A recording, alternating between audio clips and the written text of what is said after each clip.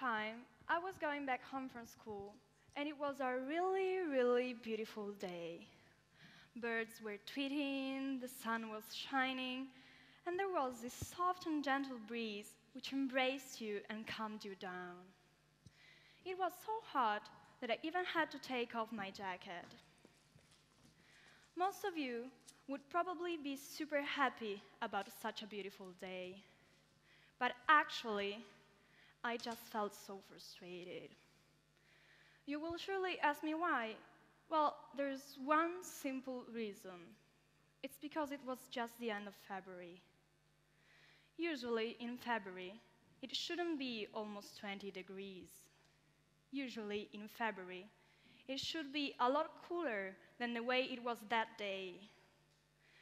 The reality is that while we're enjoying our lives due to those beautiful sunny days, which we obviously prefer to rainy ones, the world is changing and it is in danger. Those beautiful sunny days, in fact, are nothing to be happy about. They are just the effects of global warming on the climate. Some of you may say, "Oh, where is the problem? Days are just getting a little hotter. It could be an advantage for us." Well, if you really think so, just let me show you something. Here is the ice extension of the Arctic in 1984.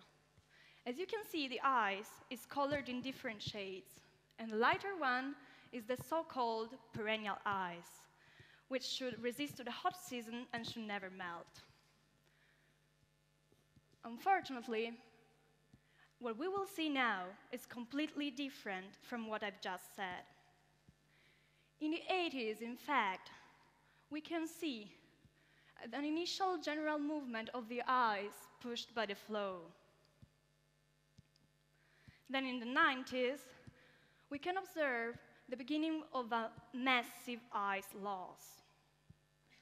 The Arctic is one of the most visible signs of a changing planet, warming twice as fast as everywhere else in the world. From 2000 on, in fact, it is clearly evident that as time passes, year by year, summer by summer, the perennial ice, due to higher and higher temperatures, becomes thicker, thicker and thicker, and it starts melting together with the normal ice. And in a just 30-year time frame, it has lost more than half of its extension.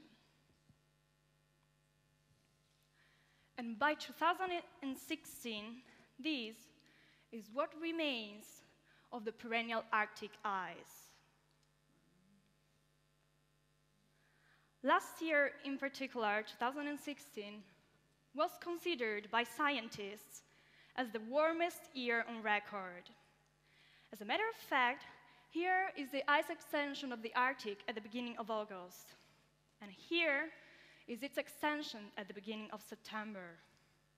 It has lost a quarter of its extension in less than 1 month. Okay then, now that you have realized that climate change exists and it has a huge and dramatic impact on the Earth, what are you going to do about it?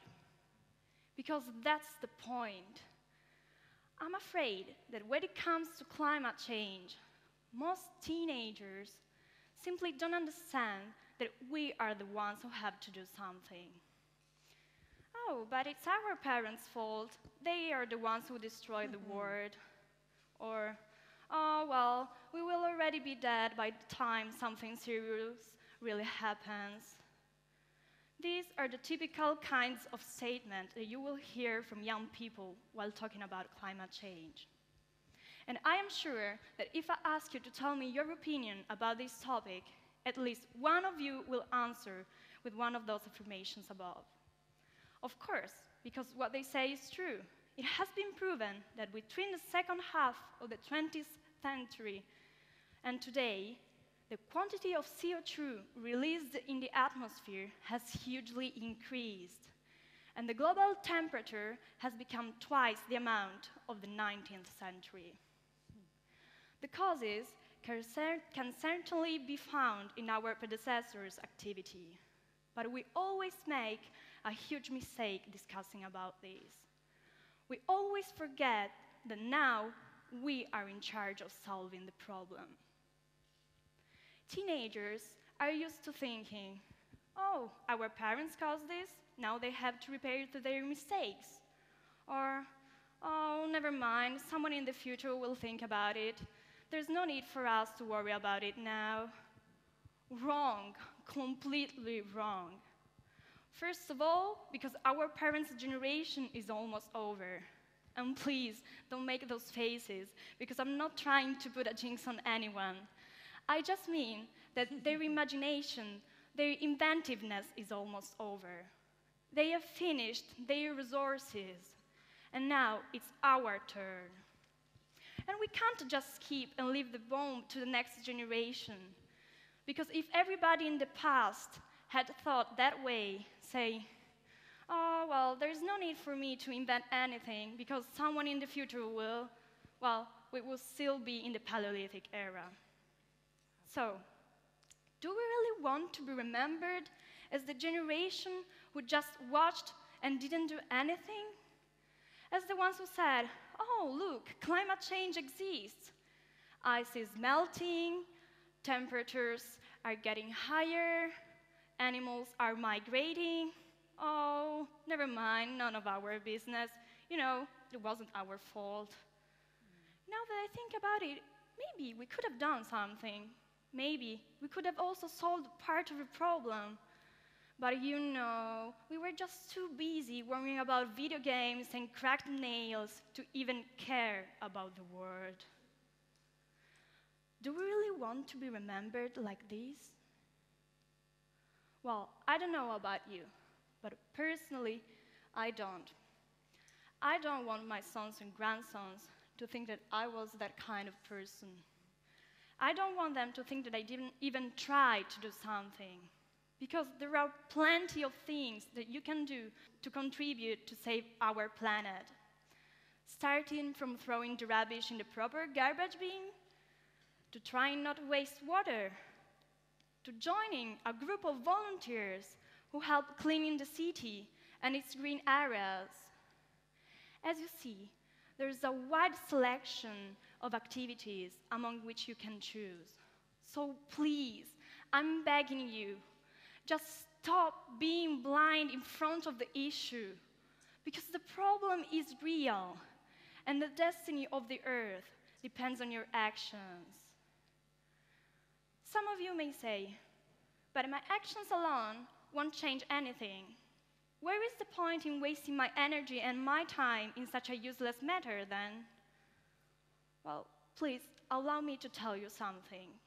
It may be true that you can't do everything alone, but I am sure that here you are all sons and daughters. So, for example, what about starting to try to persuade your parents to do the same as you? What about starting to persuade them to take the bus instead of a car while going to work? What about trying to persuade your friends or even your neighbors? What about trying to persuade all the people you know? Because these are small actions which can make a huge difference if done by everybody. Of course, maybe nothing will change. Maybe we won't be able to solve the problem. Or maybe we will. Who knows? But at least we will know, people will know, that we tried and we gave our best finding a solution and trying to give them a better future. And besides, as Gandhi said, you may never know what results come of your actions, but if you do nothing, there will be no result. Thank you.